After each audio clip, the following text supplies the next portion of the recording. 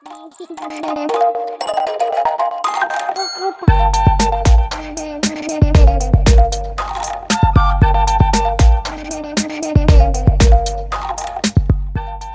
back to another episode of Parenting in Progress. I'm Corey. I'm Jordan. And we're the Welches.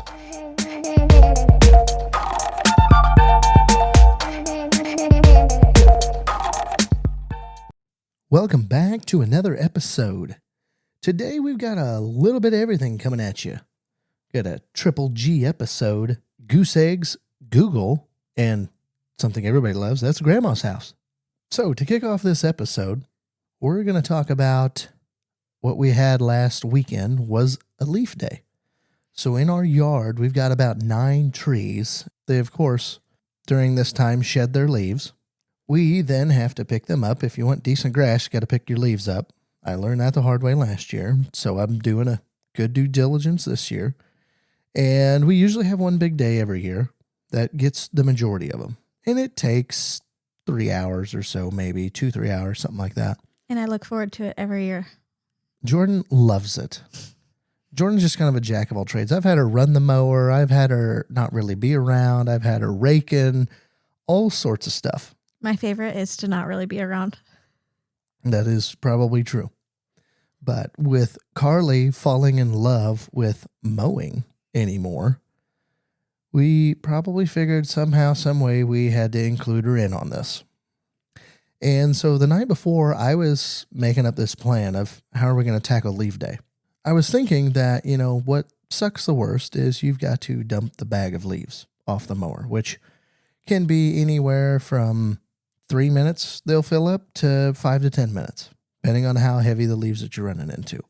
So I'm like, well, rather than me having to stop, get her off the mower, get off the mower, dump the bags, put the bags back on, put her and me back on the mower, I'll just send her with Jordan and she can sit on her lap and they can just sit on there the whole time. And I'll just dump the bag of leaves. That way they don't ever have to get off the mower. It'd be sweet. It was a great plan. It was going to be really efficient. It was going to be awesome. Well, that wasn't reality. We got about 1 lap in before I noticed she's bawling and I can't hear her and I can't really see her face that well. So yeah, she was crying. So we stopped and of course we're like, what's wrong? You love to mow. And did she tell you anything? I don't really know if she said anything. No, she didn't. She was just upset. And we're like, well, this is off to a great start. What is she upset about? Well, it was chilly that day. It was windy. There was a north wind. It was pretty cold. And so we had her hood up. Well, we had forgotten all about the ear protection. She's mowed every time with ear protection. And we're like, well, maybe it was loud and she didn't like that. Maybe it was just consistently loud. And she's like, nope, I don't like this. So we're like, okay. So Jordan goes, runs in, gets her hearing protection. We put it on her, stick her back on Jordan's lap. We don't make it 5 feet. Starting to cry and fuss again. Okay, what's the deal? That's when she started reaching for you. And I'm like, you don't want to mow with Mom? She shakes her head no. I said, you want to mow with Dad? She goes, yeah. And so my glorious plan of efficiency and getting this done in an orderly manner just went out the window that fast. Just a snap of a fingers. Boom. The drop of a leaf. Yeah, the drop of a leaf. So I'm like, well, whatever. We can't really fight this, and I'm not going to make Jordan dump every bag, so we'll just do it the old-fashioned way. Jordan, the nice part was she got to go tend to the garden and get it all cleaned up and put it all in a trash can while Carly and we were blowing leaves around. And she did a really good job, though. She really did. She, anytime I'd get to take the bags off, I'd stand up. And I'd say, all right, you stand right here. And I'd just stand her there on the platform above the deck. And I'd say, just stay right there. Dad's going to be back. And she would stay there every single time. And every time where I'd mess with her a little bit, I'd be dumping leaves and I'd give her a goofy face or something. And she'd kind of smile.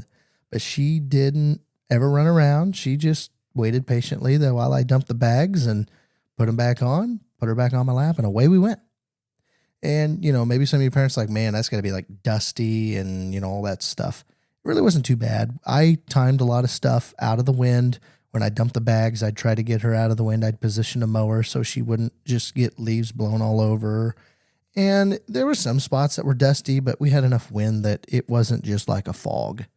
So it really wasn't too bad. If it got to be too dusty, we'd probably have to somehow coax her inside or get her over with Jordan or something. That probably would have been a little bit bigger battle than what we already battled. But we got the pickup full. Jordan got the garden all done, and it was time to go to the dump. So we went to the brush dump here in town. We started unloading it. She was sitting in the back in her car seat, and she loved watching us blow those leaves out of and scoop the leaves out of the back of the truck. She loved it. She liked leave day. I think it was a success. Wasn't kind of the way that we had planned, and it went probably a little longer than we expected, but And definitely colder than I would have liked, but she did good. I think she had a long sleeve on, a hoodie, and a coat, hood up, ear protection. yeah, she was bundled up. Well, enough of the leave day. It was a success. So let's skip ahead to the week. And we had a couple different out of the normal routine schedule changes this week. So the first one was going to my niece's basketball game. So this was on Monday, and we've gone to her volleyball games twice. They start about 4:35, and when I pick Carly up from daycare, we kill a little bit of time at the city library. And this is a different library than the town that we live in. And so we don't go to it all the time, but they have super cute toys. They have a big Connect 4 game, a Lego table, a little kitchen, babies, strollers. They have all sorts of little toys, and Carly really likes going. So I ended up picking up my nephews, and we all went to the library for a little bit before the game. And this time, Carly actually checked out a couple books. So this is the first time she's ever checked out any books on her own. And of course, she picked out the Miss Rachel book.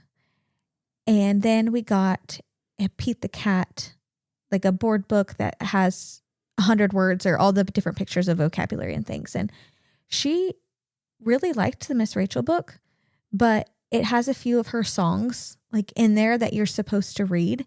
And she was not about that. Like, she did not want you to sing that song. I don't know why.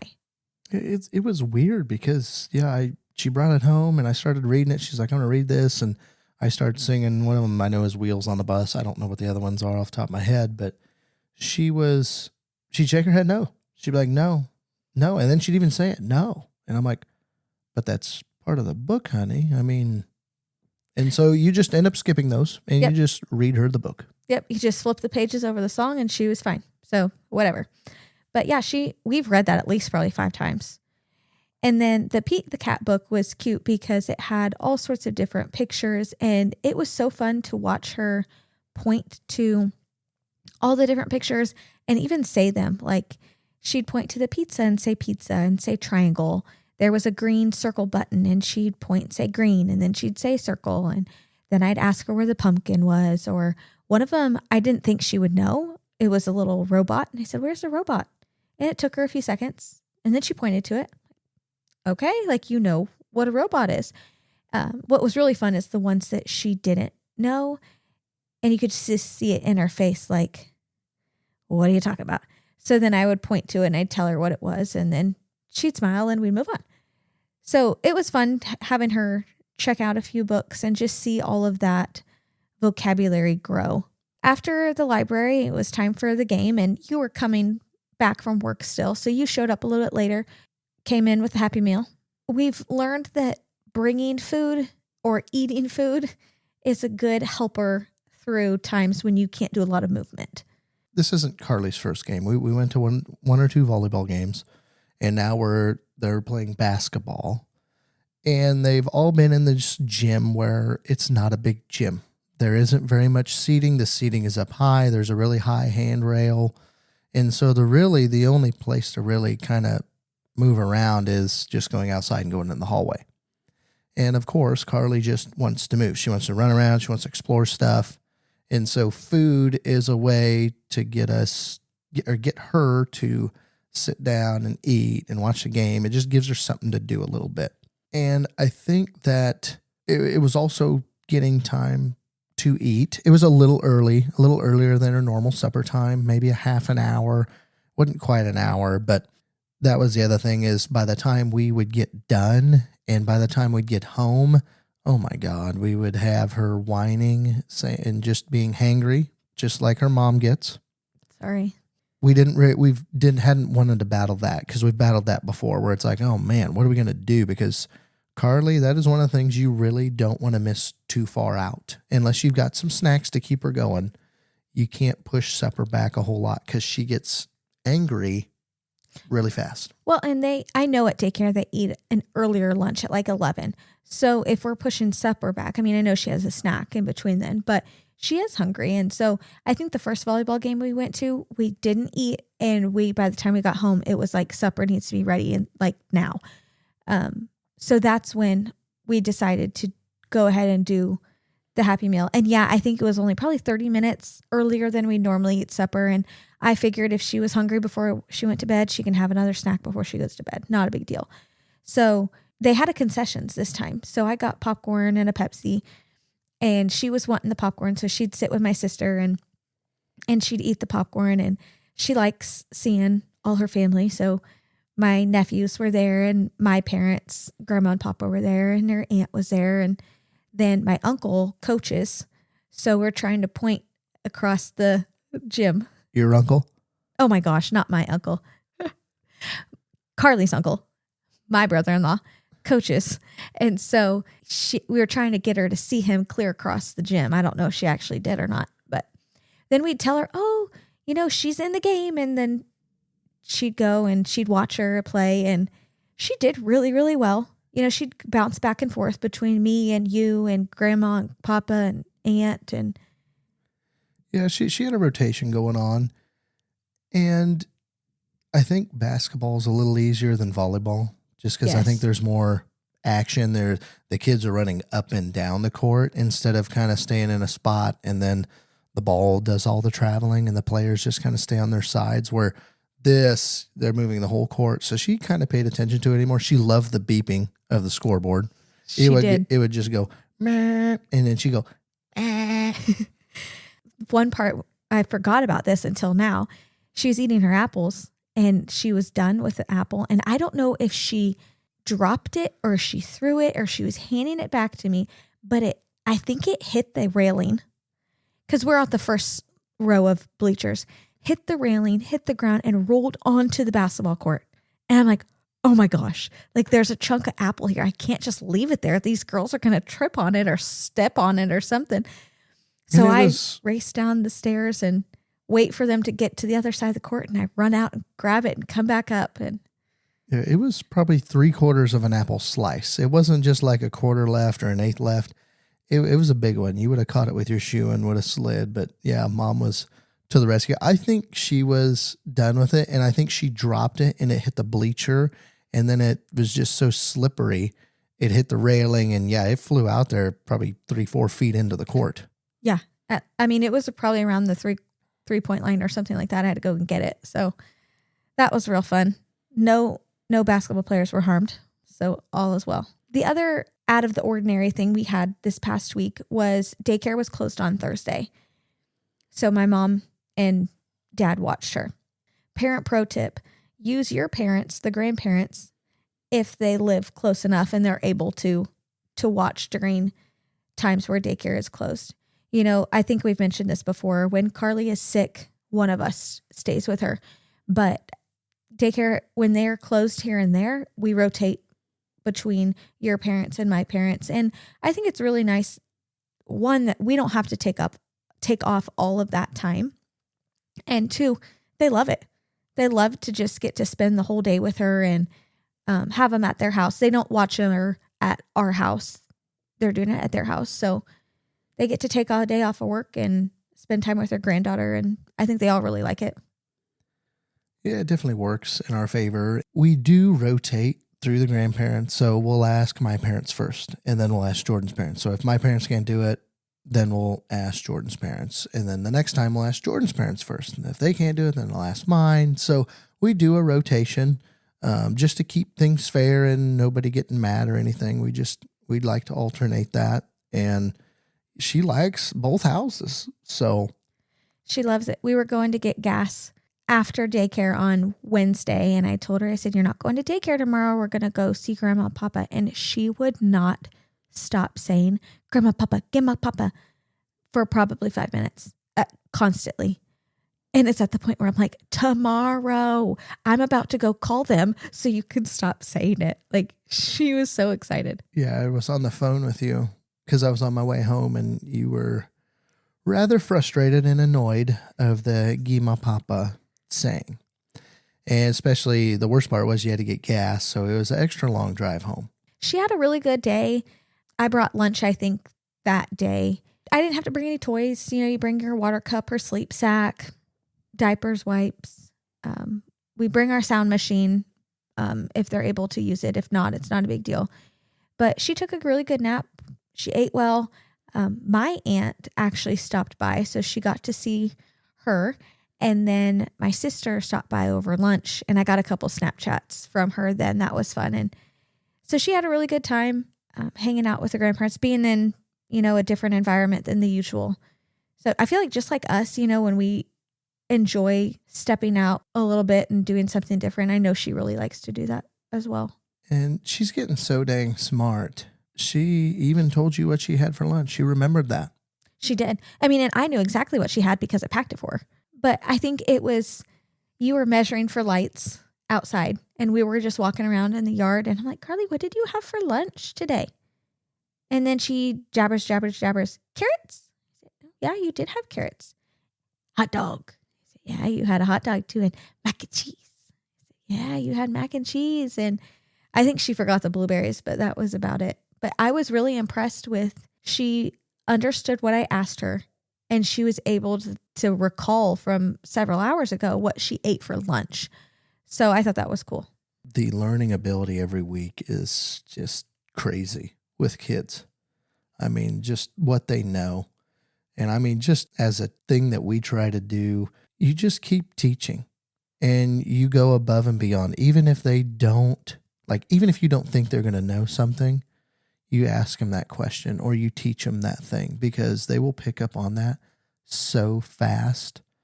I think sometimes, you know, we hold them back a little bit because we're like, oh, they're not that smart. They are so smart and they are so quick to pick up on stuff. Well, and like, she can sing her ABCs. Does she know what they are and that they're letters and letters make sounds? No, she doesn't. But she will look at something that has letters. Like, she has a shirt that says pumpkin on it and she looked at it and says, start singing her ABCs. Like, she knows that those are letters on there and she can count to 14. Does she actually know what 1, 2 are? No, but she can point and count and see she's got 4 Fruit Loops or whatever. And I'm thinking, like, I have kids, granted, I work with kids with disabilities, but I have kids that are in first or second grade and can, you know, that can't do that. And my almost 2-year-old can.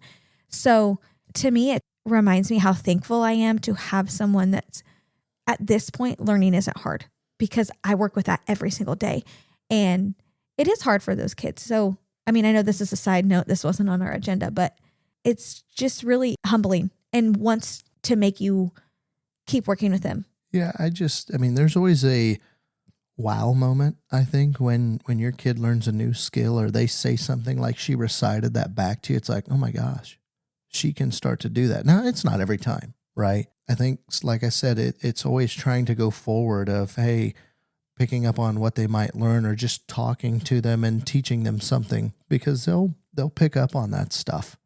Even if you don't think that, oh man, there's no way a 2-year-old's going to know this. Now, it's not like we're doing addition and multiplication. I mean, there's limits, but there's just everyday things that I think just being on the forefront of all that and just being ahead of kind of what they know, I think it speeds their learning ability up just a little bit. Now, I know everybody learns at their own pace. Absolutely. There is people that will be Carly's age and they may know more than she does and they may know less than she does. And that is fine either way. I just think it's a good practice to keep pushing them ahead. It is. And I've said this multiple times to my coworkers. It seems like my kindergartners come in every year like needier and needier and they know less. You know, their fine motor strength is down. They're sucked to a TV and they don't know how to be bored and they don't know how to wait. There's part of me that's like, oh my gosh, if we keep teaching her all this stuff, like I don't want her to be that kid in school that's that smart that she's bored that then she starts misbehaving. But I'm like, no, she'll be fine. But it makes you more aware of like, yes, we need to keep reading to her because I see that all the time of kids that don't have the vocabulary. And I don't want my child to be like that. And I don't want my child to have those struggles. So you are your child's first teacher. And that's a very big role to have. So on to a different topic. Christmas season, I can hear sleigh bells jingling in the background. Oh, they will be. And they are. Christmas is coming up, and that is going to be a really fun time. I am really looking forward to this Christmas because we're going to make Carly a believer. She may not 100% understand it this year, but she's going to know it 100% more than she did last year. Jordan was so impatient, we did have to put the Christmas tree up already. So our tree is up. No, it's not even Thanksgiving, but she wanted the tree up, and I went and got it for her. So I am an enabler. I will admit I am enabling this. Really, I wasn't going to deal with the hounding of it from her, but that's all right. That's all right. I did the fatherly / husband thing. Mm-hmm. Got it down from the attic, and she's got lights and a star on it. It ain't fully decorated yet, but it's starting to get a little wintry around here. As I'm looking, I finished picking up the fall stuff today, and I see my Christmas tree in the background. I see the stockings being hung up, and then there's a turkey on the outside of our door. It's like, it's turkey, Thanksgiving, and fall on the outside, but then inside it's the winter wonderland. So get ready. But yeah, I just over the past few years, I used to wait until December, at least after Thanksgiving, to put the tree up. And I'm like, why? I like it. It makes me happy. It's a fun time of the year. Who cares? I can celebrate it longer. Carly has her little house and her little toy section in our living room. Well, that's where the Christmas tree goes. And she ended up getting her house for Christmas last year. That's what we ended up getting her. And so it sits in the one corner of the living room, and that is where the tree is. So one of them is going to have to move spots, or they had to move spots. Well, we served up Carly an eviction notice, and she had to relocate the house a little bit. And so we brought the tree down over one of her naps, and Jordan got it put up and got it all fluffed while Carly was sleeping. So we moved her house and her toys behind the couch. So it's still in the same room. It's just in a different spot. She woke up that day and we're like, oh, Carly, what do you want to go play? She's like, I want to play house. I'm like, okay. Well, then she goes over by the tree and she's like, where's my house? She was so confused. Carly, don't you remember we moved it behind the couch? Oh, yeah. So then she goes the other way. But it took her probably a good day and a half to figure out, okay, my house is back here now. And she likes it. Is it the most convenient spot? No, it's kind of smaller because we got the hallway and it's just, you don't have a big open living room. It's kind of just between the couch and the hallway. There's not a whole lot of space, but just enough. We stuck her in a corner there. So it's a temporary home until our carpet gets done downstairs, and then it will go downstairs. And she likes it. She plays in there. But she's loved. You should have seen her eyes when I got her up from nap. And no, the lights weren't on the tree then, but the tree was up, and she just looked and tree. I said, yeah, that's the Christmas tree. And she helped me put the lights on. She basically was just in my space while I was putting the lights on. It's fine. Yeah, I was wondering why I had the quotations. You could have just picked her up and... Yeah, I don't know. Maybe next year she can help you. Yeah. She might be old enough next year to help you out and do the lower ones anyway. Yeah, and she can help put ornaments. We don't have the ornaments up yet, but she can help with that. I bet she can put a couple up this year too. One of Carly's new things that she has done over probably the last 7 days. I don't think it's quite 10. I bet it's 7. I think it's been the last week, yeah. So within the last 7 days, Carly, you'll ask her, what do you want to do? She'll be like, I want to play house. And what she means by that is, I'm going to be the chef and I'm going to pretend making you food, which is good. Awesome. And it's so basic enough yet. It's comical because she doesn't have really any food. She has some utensils in her little house. It has a little kitchen part in it. She doesn't use any of that stuff. She doesn't comprehend using any of that stuff. What she'll do is she'll go in there and she'll be like, I'm going to make you a hot dog. Okay, make me a hot dog. And she just moves her hands around just a little bit, and then she just hands you a pretend hot dog. And so you're like, oh, yummy. Hey, can I have some lemonade? Yeah.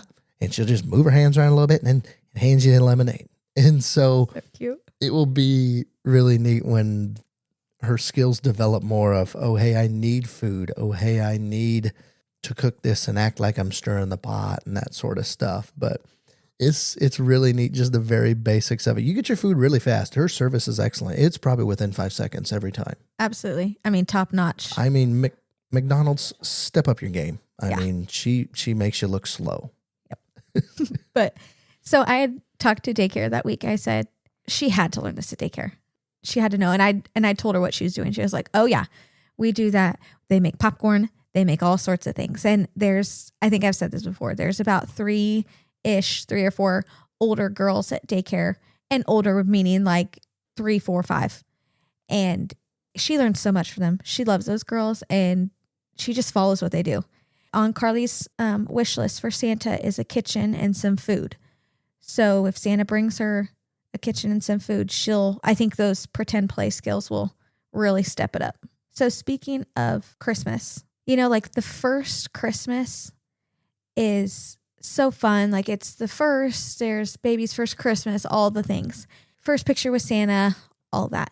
But the second Christmas is like, we're more excited for it. I would say a kid's first Christmas is more for the parents. The parents enjoy that. They want to get the pictures.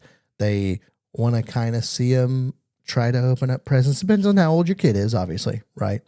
Ours was pretty old because she's born in February. So there's only a couple months there. So she had her old first Christmas. But I think it's more about the parents and it's more about the pictures and that type of stuff. I think once you get to like the Christmas we're going to have now, her second Christmas, then it starts becoming about them a little bit more because then they have more emotions. They kind of know what's going on. It's more of a ooh, off. Just as like the tree. She's like, oh, tree. And she gets so excited and can't wait to go look at lights driving around town. I can't wait to put up our lights. We kind of got an idea. We've been talking about this for a while. We may say it in a later episode when we get closer to Christmas, but we're going to try to be the parents to make Christmas magical. Now, are we going to go way above and beyond? No, we're not. But we're going to make her a believer. I was a believer of Santa Claus, and I believed in Santa Claus for a while. Me too. And so we want that to be the same for her. We want to kind of make it magical. Are we just going to spend boatloads of money and time on it? No. But you can make it magical without that to a certain point as well. Oh, absolutely. And I feel like I say this at some point in every episode. Like I've read somewhere online where I'm in charge of the magic. Like not me. We are in charge of the magic, the Christmas magic in our household. And we take that very seriously. Like I want Carly to grow up remembering different traditions that we've done and how, holy cow, mom and dad, like when she gets older, mom and dad made it so special for us. And I was so infatuated with all the Christmas things. I want that instilled in her. So yeah, no, we're not going above and beyond crazy, but I think the start of the Christmas magic is this year. We're going to dip our toes into it because she's not going to understand everything. No. She's not going to, there's going to things she's not going to be able to comprehend quite yet. One thing we are going to try is we're going to try Elf on the Shelf. We're not going to go super crazy with it because she probably to a point isn't really going to care a whole lot about it. She's going to be like, oh, it's just kind of like a little doll. I think somehow working into the next Christmas, not this one, but the next one, I think we'll have to develop a story of, hey, Santa's elf comes and sees you, kind of that your second Christmas comes, sees you, and then now he's going to be here to stay. And, you got to watch him because he can be naughty. And somehow we're going to have to play that story out a little bit. I do feel like there's a lot of things online, if you look that up, of ways to explain it to your kids too. And, we have a shelf I'm looking at right now. Like that would be a perfect spot for our elf to sit this year because she doesn't quite understand that, writing letters to Santa. She doesn't understand that, but we want to still make it a part of it, partly for us and partly for her. And, we have a little people nativity set and we're teaching her, there's the angel, there's Jesus, baby Jesus, Joseph and Mary, the wise men, like just teaching her, like we said before, those little kids, their brains are sponges and she's soaking up so much. Even if we're like, she doesn't understand, she doesn't know, partly yes, but holy cow. I mean, we've been surprised and shocked countless times by the ability of her. Yeah, I think this year we'll put him up on a couple shelves. We can put him up by the TV. We can put him on the one that Jordan's looking at. I think we just move him around random days and then we just point him out and be like, oh, he moved. Oh, he moved. And I think we'll just make a story up of he just kind of watches you.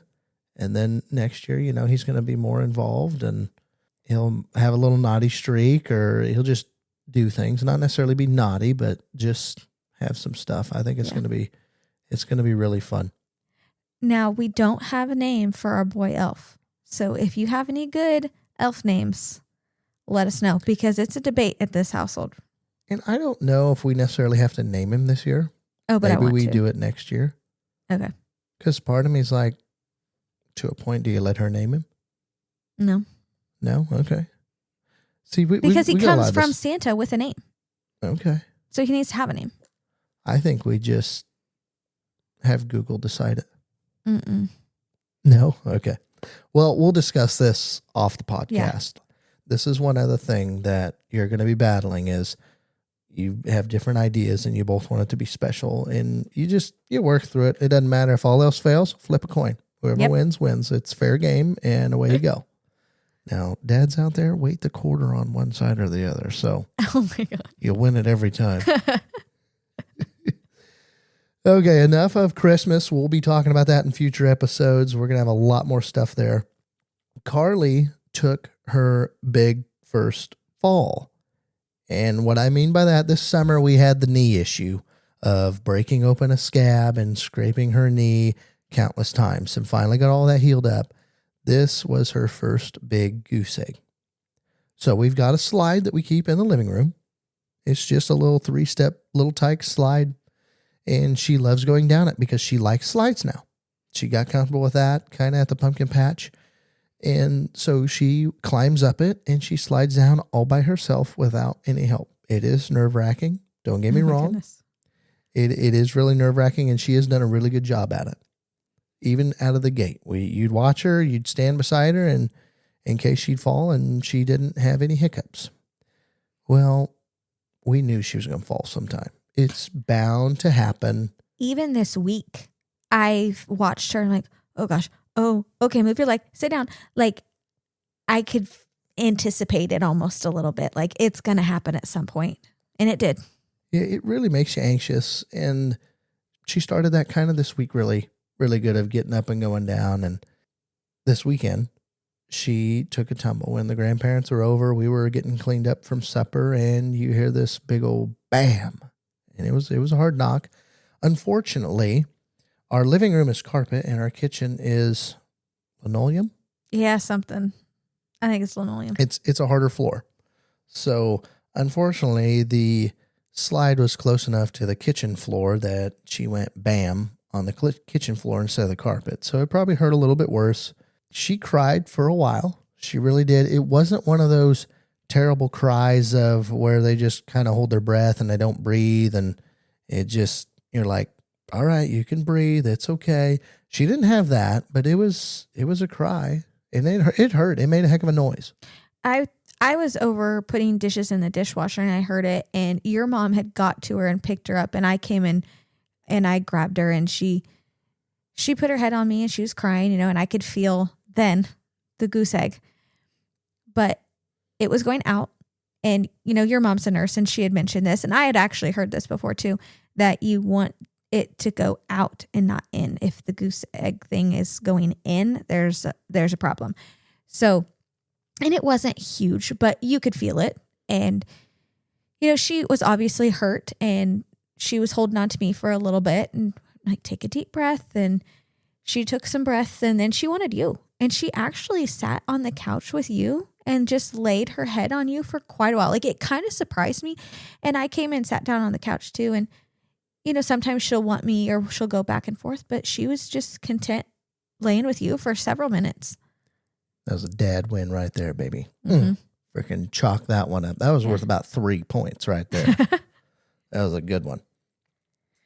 But no, she cried it out a little bit. And then you could just tell she was just laying there because it had hurt. eventually she got down and she started playing and she was back to herself within 5 minutes. She was back to herself. The one thing that everybody kind of noticed, she was fairly pale, which she's really light skinned anyway. She's kind of got my skin, I would say, rather than Jordan's skin. So we're going to have to do the sunscreen a little more and all that stuff. But we think that she was pale just because she was scared. We had an incident a few months ago where she had something happen to her, and we think that she was kind of the same way. She was pale. And we think it's just because she was scared. You know, she just gets scared. She's a little pale. She was acting fine. She was playing.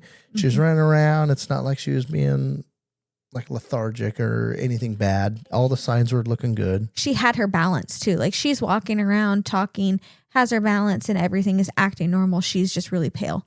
And it took probably 10 minutes to get that color back, I'd say. She didn't really want you to touch it for a little bit. It was kind of sore. And I was just kind of thinking like, if that was me, like my head's gonna hurt and I'm gonna want some medicine for that. So we didn't give her any right away, and we were just kind of watching her, and I was like, okay, I'll wait and see like if she's holding it, if we try to touch it and it's tender and she doesn't like that.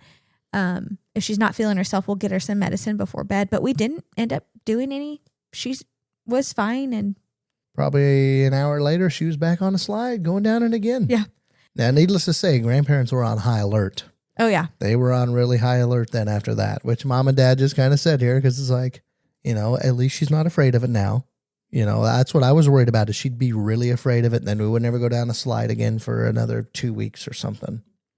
But no, she was a trooper. She got back up there and all was good. So that was her first big goose egg we've ever had. We haven't really had a really big goose egg. Now, she's hit her head on some stuff here or there, but that was a big one. So we talk about Carly changing all the time, and she is developing stuff every week, every single week. I would say her biggest changes this week is she has gotten a lot more emotional the last 7 days. And what I mean by that is she'll throw some pouty faces out there. She'll throw some sassy faces out there. She'll fake whine now all of a sudden. And so you'll be like, Carly, stay away from that. And she'll give you a little, she'll scrunch up her nose, push her lips out and be like, Put her eyebrows down. Yeah, and just give you like a little, So it's actually hilarious. We try to hold all that in, but it is so cute and so funny all the time. And she'll fake cry. Like she'll just randomly, whether she just needs a little hug or she just wants to be around you or something like that, she'll come over and be like, and you're like, that is such a fake cry. And then she'll just lay her little head on you for about 5 seconds, and then off she goes and does something different. Well, and one time coming back from work, and we were talking to you on the phone, and I was having a conversation with you about something I can't remember. And she's obviously back there ready to go home, or I think she dropped her toy or something like that. And like the fakest whine. And, I'm talking to you, so I didn't acknowledge it. And then she goes, Mama, I'm like, really? Like you had to say my name to get my attention and then get back to your super fake whining. Like, I'm sorry you dropped your toy. I don't know what to tell you. We're almost home. So the next thing that she has learned is not the last episode, but the episode before that. It was Chicken Nana. She still loves that song. It's Carly's #1 song. But the little sucker has learned how to say, hey, Google. And that is a big thing in our house. That's our provider. That's what we use for some of our home automation. We've got a couple around the house, and that's what we'll say. Well, she's picked up on that, and she says it herself. And she'll be like, hey, Google. Don't want to set everybody's devices off if they're listening, but hey, Chicken Nana. Now, luckily, most of the time, there's been a couple times where it's picked up, but she doesn't quite say it plain enough, the whole saying quite plain enough for it to really understand what she's meaning, but she's getting really close at it. I know, because she'll request that song or whatever, and we'll say it. And I think I was cooking one day, and I hear her saying something, and I'm like, wait a minute. And I listen again, I'm like, oh my gosh, she's looking at it and trying to say it. And I was trying to get it on video because it was so funny. Again, they're sponges and they soak up everything. So she wanted to listen to a song, and she knew what she had to do it. Stinker. So yeah, here before long, we're probably going to have to mute every mic in the house because she will have access to stuff she doesn't necessarily need access to. And then when we finally give in and say, okay, we'll listen to this song, we'll turn the mic back on, and then she'll figure out how to turn the mics on and off. It's just going to be a revolving door of new problems that we have to solve all the time. So the weather is changing. It is getting colder out. And therefore, seems like you have to have the whole wardrobe in the car and in the trucks because one day it's cold, one day it's hot. It had been cold for a while. Last week was actually really chilly. This week's going to be a little bit warmer. And so we've had to get Carly's coat out. Apparently, at daycare, they were going to go outside and play one day. It was a nice day. It was mid-70s. It was just a nice, sunshiny day. Well, Carly decided that she needed her coat, and she proceeds to get in an argument with the daycare lady and saying that she needs her coat because they were going outside to play. And she's like, coat on, coat on, coat on. And the daycare lady's like, Carly, it's 76 degrees outside. You don't need your coat. It's not cold outside. But she really thought she needed her coat. Mm-hmm. And when I went to get her, she didn't have it on. So she didn't have to have it. But I was just kind of surprised with that because I feel like a lot of times the kids don't want the coats on. You know, they don't want to have to get all the coats zipped on, all the things.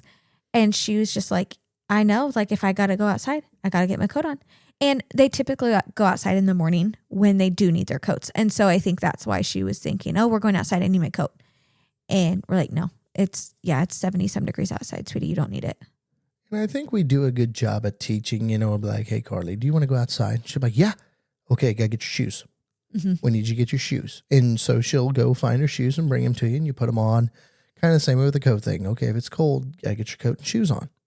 And she's really receptive of that. It's not like a meltdown of, oh my gosh. It's like, okay, I got to get this crap done quick so I can go outside because that's what I want to do. Mm-hmm. And she loves to be outside. Trust me. It's kind of fun now, like her outside. She still plays with the things that she normally does, but she just explores in the yard a little bit more. And I think it's kind of fun. And I just follow after her just to see what she wants to do. And instead of just being stuck and not knowing what to do, she just goes off and wanders around and is exploring. That's all we have for this episode. We're going to have to see what goes on this upcoming week. Kind of excited about it. We'll have to get a little bit more festive. Thanksgiving's coming up too. We will have a Thanksgiving next weekend. One of our families will. And this week we do have a Parents as Teachers event that we get to go to. So we'll keep you posted on how well that goes. I want to thank everybody for listening, and we'll see you in the next one. Thank you for listening to Parenting in Progress. If you like what you heard and you're listening to us on YouTube, please go ahead, like, share, subscribe, drop a comment. If you're listening to us on other platforms, go ahead, give us a follow and a rating. We truly appreciate it. Thanks again, and we'll see you in the next one.